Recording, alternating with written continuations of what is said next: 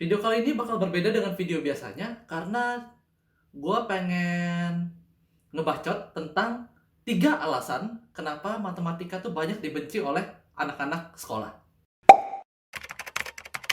Oke, apa yang ada di pikiran kalian kalau gue bilang tentang belajar matematika? Pasti ngitung kan? Atau enggak ngafalin rumus, terus intinya ngafalin rumus, ngitung, selesai. Nah, inilah faktor pertama kenapa matematika dibenci oleh anak-anak, yaitu anak dituntut untuk berhitung, bukan untuk belajar berlogika. Jadi kalau misalnya anak dikasih nih soal-soal yang nggak pernah dia pelajarin, kemungkinan besar dia nggak akan bisa ngerjain. Kenapa? Karena mereka nggak dituntut, mereka nggak dilatih untuk berpikir. Jadi jujur, gue tuh anak yang agak malas belajar sebenarnya. Tapi imajinasi gue tergolong kenceng, otaknya cukup encer lah untuk bagian imajinasi gitu. Maksudnya apa? Jadi pas SMA, terutama di matematika SMA, gue tuh males menghafal rumus-rumus yang ada di buku. Jadi gimana cara gue belajar? Gimana cara gue dapat nilai bagus kalau kayak gitu di di pas SMA itu? Yaitu gue itu pakai rumus SMP. Yap.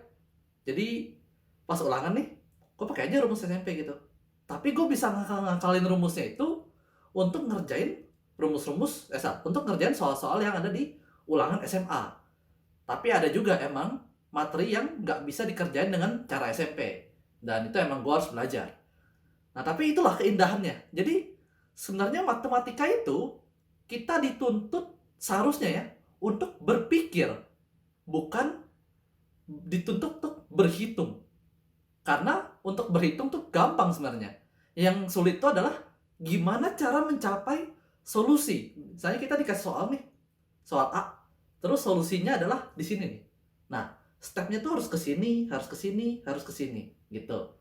Terkadang orang yang nggak bisa ngerjain soal itu bukan karena dia nggak bisa berhitung, tapi karena dia nggak tahu stepnya dari sini ke sini tuh gimana caranya. Nah, faktor yang kedua adalah kita sering dikasih rumus cepat tanpa pemahaman. Mungkin di beberapa video gue sering ngomong rumus cepat tuh gak baik. Dan sebenarnya gue sampai saat ini masih berpikir seperti itu sih. Tapi gak ada salahnya kalau kalian paham rumus cepat. Paham ya, bukan inget. Ataupun bukan hafal, tapi paham. Kalian harus paham gimana cara kerja rumus ini. Apa yang boleh, apa yang nggak boleh. Soalnya yang namanya rumus cepat, pasti ada pembatasannya. Misalnya, oh kalau kasusnya ini, rumus cepat ini bisa dipakai. Kalau kasusnya ada di sini nih, nggak bisa. Nah, makanya dari itu, kita seharusnya belajar logika dasar. Supaya kita tahu nih, cara berpikir dari step 1 ke step 2 ke step 3 dan selanjutnya. Jadi dulu gue punya teman yang cukup pintar. Dan dia tuh pas SMP SMA banyak ngafalin rumus-rumus cepat. Nilainya bagus.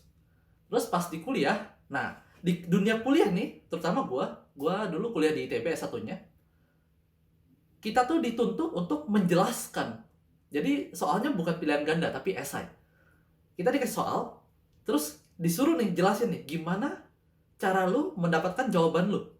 Kalau lu kasih jawaban tanpa cara, batal. Mungkin ada dosen yang memberikan nilai untuk rumus cepat, tapi ada juga dosen yang nggak suka dengan rumus cepat. Jadi mereka lebih meminta konsep dibandingkan cara ngitung.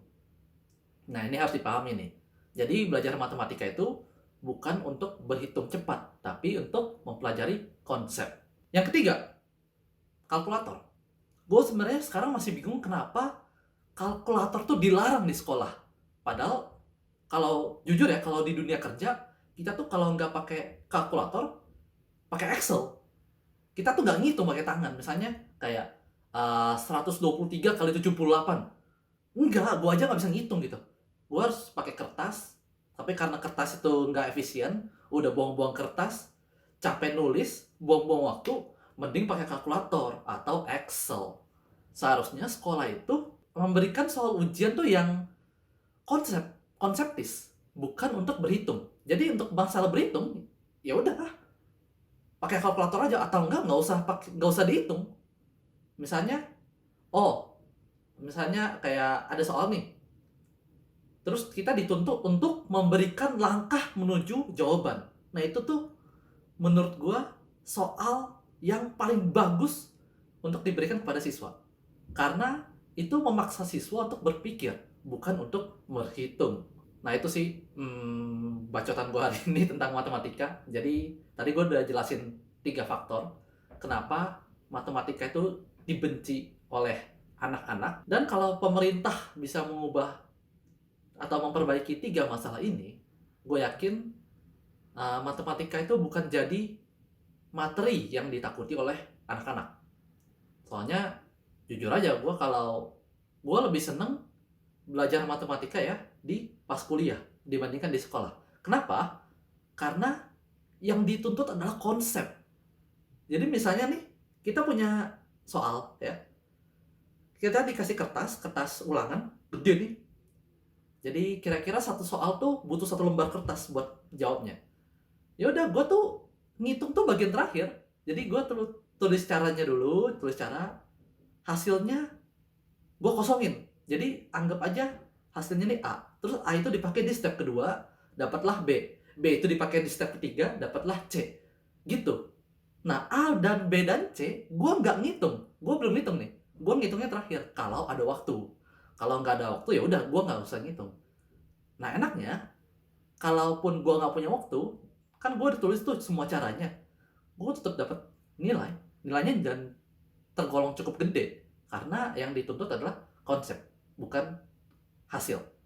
Oke, sekian dulu bacotan hari ini. Thanks sudah nemenin. Kalau kalian merasa bacotan gue ini cukup bermanfaat, bisa tolong di like dan subscribe. Thank you so much. Bye-bye.